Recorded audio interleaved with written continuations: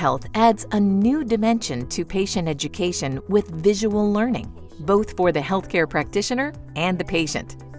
It lets the healthcare practitioner see a patient or caregiver's home. It allows them to show the patient factors in their own environment that might impact their health, something an office visit doesn't do.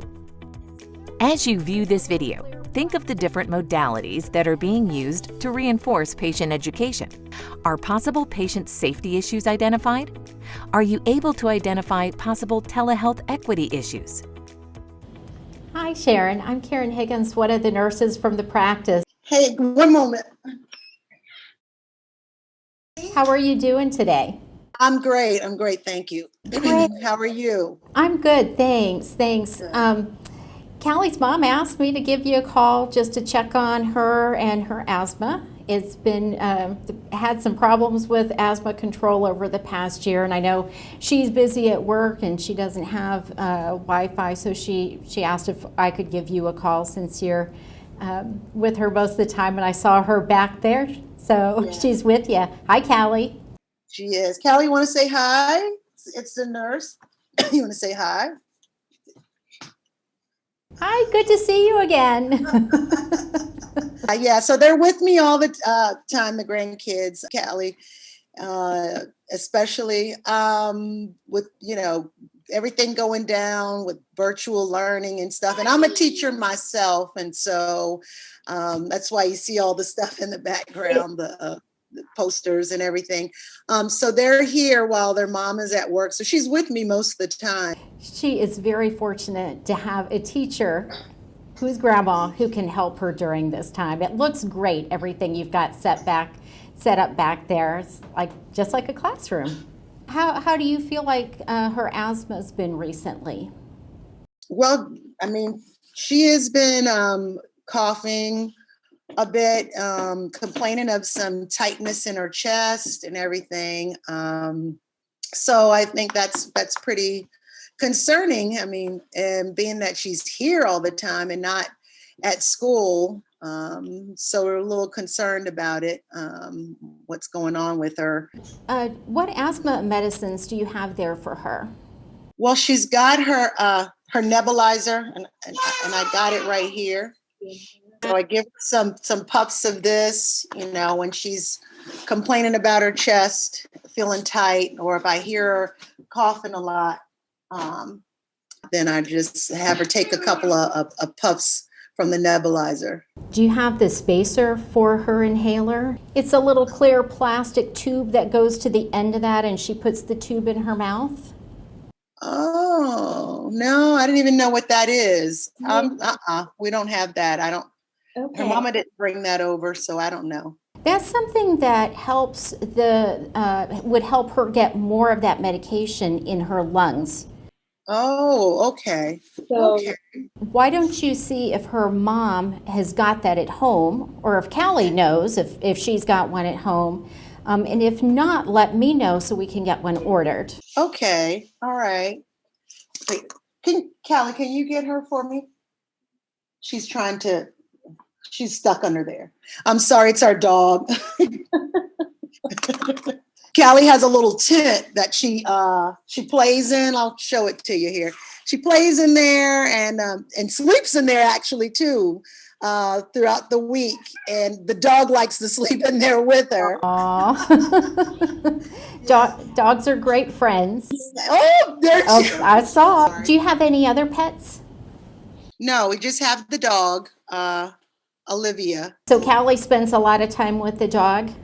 Yes, exactly. Olivia's human.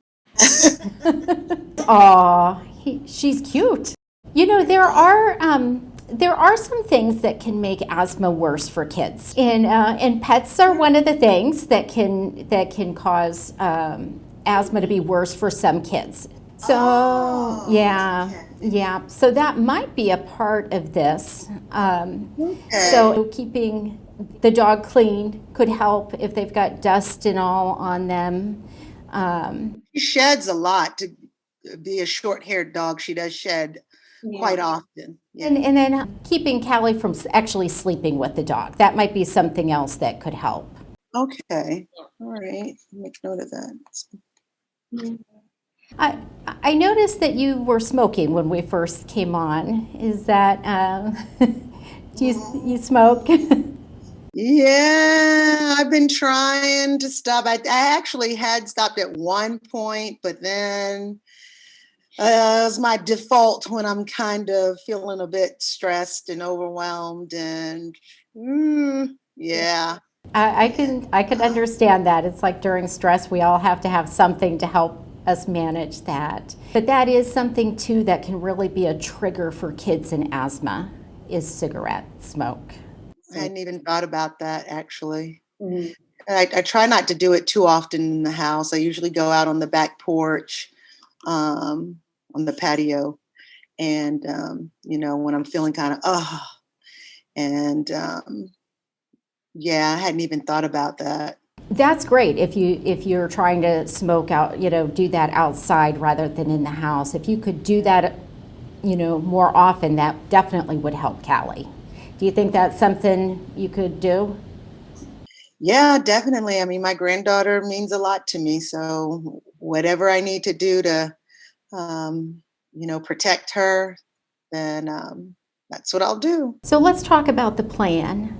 Do you, you're going to talk to her mom about finding out if she's got a spacer, correct?